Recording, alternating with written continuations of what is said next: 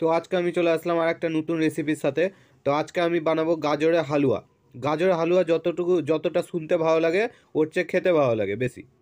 তো হালুয়া আমাকে যেমন খুব ভালো লাগে খেতে, তো আমি ওর জন্যে ঘি দিয়ে দিলাম। ঠিক আছে, তো ঘিটা কিছুক্ষণ পর গলে যাবে। তো গলে যাওয়ার পর আমরা দিয়ে দেবো এখানে গাজর। তো আমাদের ঘি গলে গেল, ও সরি তেজপাতা দিয়ে দিলাম। এবার দেবো আমরা গাজর। গাজরকে আমরা আগে কুচি কুচি করে কেটে কেটে নিয়েছি এভাবে। তো এবার আমরা গাজরটাকে দিয়ে দিলাম।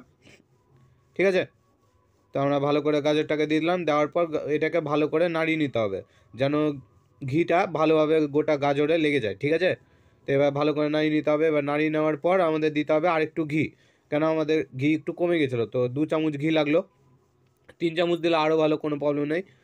ঠিক আছে, তো এখানে ঘি দিলাম, ঘিটাকে ভালোভাবে নাড়িয়ে নিলাম। এবার দিলাম আমাদের দুধ, 2 বাটি আমাদের দুধ দিতে হবে। ঠিক আছে, তো এখানে আমরা 1 বাটি প্রথমে দিলাম, একটু নেড়ে নিলাম।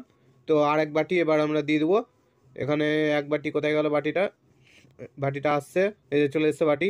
তো এবার এটাকে আমরা আস্তে করে ঢেলে দেবো। তো আমরা 2 বাটি দুধ দিলাম। ঠিক আছে, দিয়ে ভালো করে আমরা নাড়িয়ে নেবো। তো নাড়িয়ে নেওয়ার পর আমাদের কমসে কম 5 থেকে 10 মিনিট এভাবে ফুটতে দিতে হবে। যখন আমাদের ভালো করে ফুটে যাবে, তো এখানে দেখা যাচ্ছে ভালো করে ফুটে গেছে, একবারে বেলু বেলু হয়ে গেছে, মানে বুলবুলা হয়ে গেছে।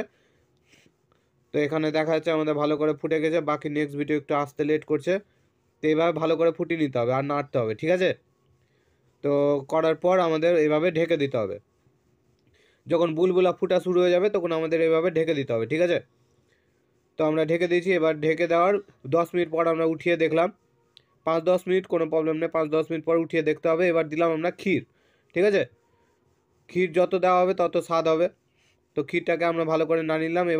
এবার দিব আমরা চিনি। ঠিক আছে, তো আমরা চিনি এখানে ঢেলে দিচ্ছি আস্তে আস্তে ঢেলে দিচ্ছি।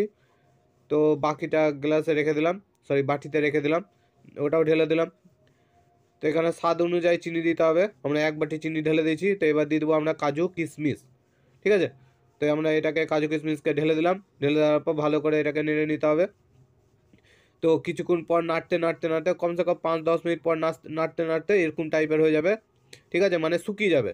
তো আরও শুকানোর জন্য আমাদেরকে ঢেকে দিতে হবে। তো আমাদের ঢাকা কমসে কম 4 থেকে 5 মিনিট হয়ে গেছে, 3 থেকে 4 মিনিট। ঠিক আছে, 3 থেকে 4 মিনিট উঠানোর পর আমরা দেখছি এরকম আমাদের শুকিয়ে গেছে। আরও নাড়তে হবে অনেকক্ষণ ধরে, কমসে কম 5-10 মিনিট ধরে 10 মিনিট ধরে নাড়তে হবে। আমাদের এই ভিডিওটা বানাতে লেগেছে 10 মিনিট, সরি 30 মিনিট। ঠিক আছে, 30 থেকে 35 মিনিট লেগেছে। তো আমরা এটার জন্য দিয়ে দিলাম এলাচ। ঠিক আছে, এলাচ এলাইচি জবিও যেটাই বলুক, তো দিয়ে দিলাম আমরা। দিয়ে দেওয়ার পর ওটা দিলে একটু বেশি সেন্ট হবে, খেতেও ভালো হবে। যাই হোক মোটামুটি, তো আমাদের এরকম দেখা যাচ্ছে এখানে ভালো করে শুকিয়ে গেছে। তো আমাদের গাজর হালুয়া রেডি হয়ে গেছে, আমাদের আর কিছু দিতে হবে না, আমাদের ভিডিও কমপ্লিট।